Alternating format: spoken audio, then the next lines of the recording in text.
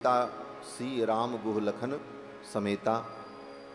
भगवान गंगा पार किए, केवट को कुछ देना चाहते थे भगवान, लेकिन भगवान के पास कुछ था नहीं। जानकी जी भगवान के मन की बात जान गई और उन्होंने अपने हाथ की अंगूठी को निकाल करके राम जी को दिया और कहा, इस भक्त को दे दो।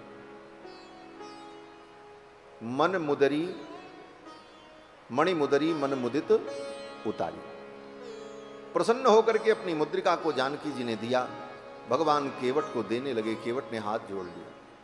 केवट ने कहा कि नाथ आज मैं काह न पावा, आज मुझे क्या नहीं मिला, आपके चरण मिल गए, मुझे सब कुछ मिल गया, आप कुछ नहीं चाहिए, सबसे बड़ी संपत्ति मुझे मिल गई। भगवान का चरण ही भक्तों का धन है। श्री यामुनाचार्य स्वामी जी महाराज आलवंदार स्तोत्र में कहते हैं, धनम मदीयम तव पाद पंकजम कदानु साक्षात करवाणी चक्षुषा। भगवान के पादा रविंद ही भक्तों के परम धन है। केवट ने कहा, आज मुझे सब कुछ मिल गया, नाथ आज मैं काह न पावा, हमें कोई उतराई नहीं चाहिए, आप लौटते समय इसी घाट से जाना, ये वचन दे दो बस। केवट ने सोचा, अब तो इनका दर्शन मुझे मिलेगा नहीं, फिर लौटते समय पता नहीं दूसरे घाट से उतर जाएं। तो केवट ने कहा,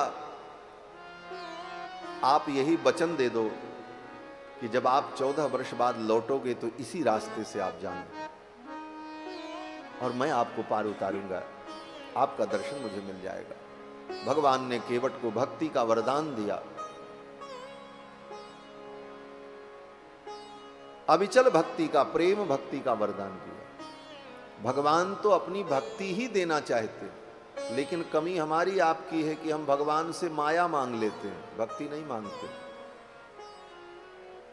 धन दो, फैक्ट्री दे दो, नाती पोता दे दो, ये कर दो, वो कर दो, ये माया ही मांगते हैं भगवान से, क्योंकि जन्म जन्म से यही मांगते मांगते भिखारी बनने की आदत पड़ चुकी।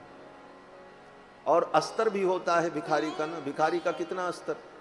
भिखारी ज्यादा से ज्यादा मांगेगा तो बाबू साहब 50 रुपए दे दो, इससे मांगने की हिम्मत ही नहीं होगी उसकी। उसी तरह ये संसार के माया के भिखारी प्राणी भगवान से मांगते भी हैं तो ऐसी चीज मांगते हैं जिसकी कोई कीमत नहीं। मांगना है तो भगवान से भगवान की भक्ति मांगो।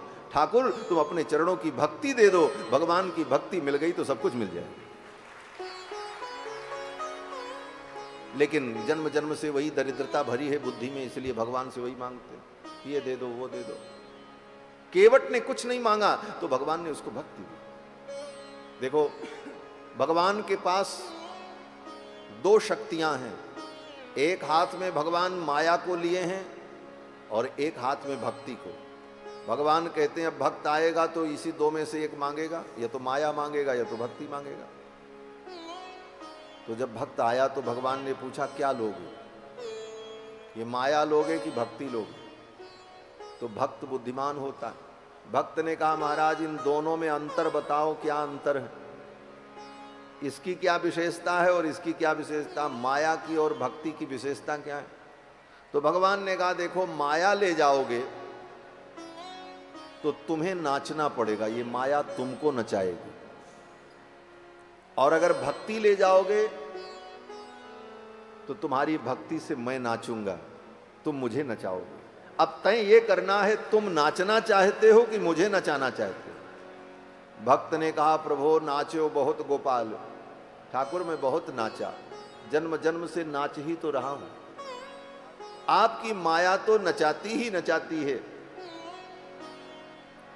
और जन्म जन्म से मैं नाच रहा हूं और नाच नाच करके थक गया हूं, अब तो नाचने का मन नहीं है, अब तो आपको नचाने का मन है। तो भगवान ने कहा, अगर मुझे नचाना चाहते हो तो मेरी भक्ति ले जाओ, मेरी भक्ति तुम्हारे पास रहेगी और तुम भक्ति में डूब करके मेरे गुणों का गान करोगे, मैं तो तुम्हारी आंखों के सामने मैं नाचूंगा, तुम्हारी आंखों के सामने मैं नर्तन करूंगा। और यही तो वृंदावन में हुआ। ताहि अहिर की छौहरियां छछिया भर छाछ पे नाच नचालो। वृंदावन की गोपांगनाओं ने गोविंद को नचा दिया, कन्हैया नाचते। गोपी आती और गोपी कहती, ये देखो कृष्ण, ये छाछ कितनी सुंदर है, इसमें मैंने केसर डाला है, जीरा डाला है, काला नमक डाला है, पुदीने का रस डाला है, और ये बड़े सुंदर छाछ है। छाछ को ऊपर नीचे किया, उसकी सुगंधी आई, कृष्ण को लालच हो गई। कृष्ण ने कहा, री सखी थोड़ा चुरुआ भर हमको भी दे दे। सखी ने कहा नहीं मिलेगा, अंगूठा दिखाया। बोले एक काम करना पड़ेगा। बोले क्या?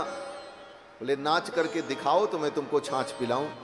तो कन्हैया अपने पैर को पटक पटक पैजन बजा करके गोपियों के सामने नृत्य करते हैं, और ब्रह्मा इस दृश्य को देखते हैं, धन्य है परमात्मा, और ये गोपियां इनको नचा रहे हैं। भगवान शंकर कहते हैं, ब्रह्मा जी 4 खोपड़ी आपकी है, लेकिन अभी आपको समझ में नहीं आया ये गोपियां भगवान को क्यों नचा रही हैं।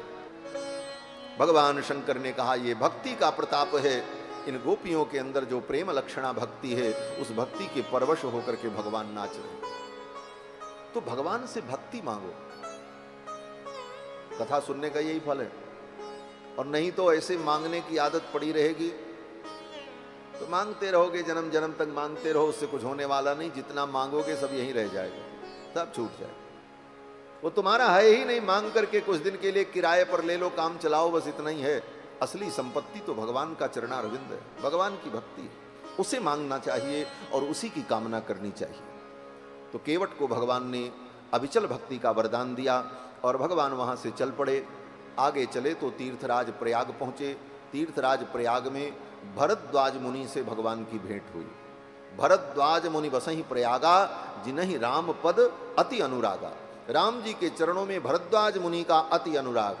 और ये भरद्वाज मुनि कौन हैं? बोले ये वही भरद्वाज मुनि हैं जो वाल्मीकि जी के शिष्य हैं। पहले दिन की कथा में आपने सुना था, वाल्मीकि जी जब तमसा नदी के तट पर स्नान करने गए तो भरद्वाज जी उनके साथ गए थे, और भरद्वाज जी के सामने ही सारी घटना हुई थी। नारद जी आए थे और वाल्मीकि जी को मूल रामायण सुनाई थी। बाद में ब्रह्मा जी ने आकर के कहा था रामायण की रचना करो, और फिर वाल्मीकि जी ने रामायण की रचना की। तो ये सारी घटना भरद्वाज मुनि के सामने ही हुई।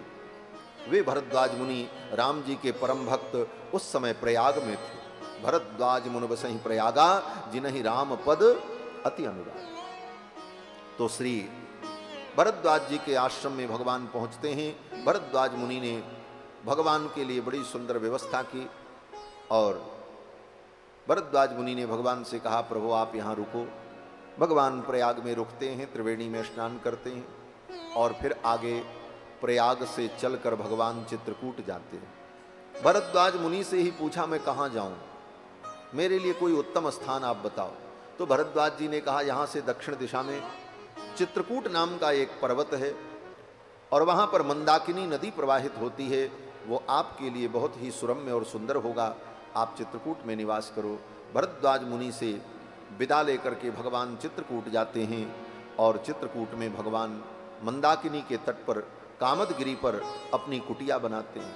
लक्ष्मण जी ने भगवान के लिए सुंदर कुटिया बनाई। उस कुटिया की सुंदरता को देखकर भगवान बड़े प्रसन्न हुए, और लक्ष्मण जी को भगवान ने परिरंभण दिया है, परिश्वंग प्रदान किया, और फिर भगवान श्री सीता रामचंद्र जी चित्रकूट में विराजते। अब भगवान चित्रकूट बिहारी हो गए। अभी तक तो अयोध्या बिहारी थे, अब चित्रकूट बिहारी हो गए। और चित्रकूट में भगवान की बड़ी रसिक लीला हुई।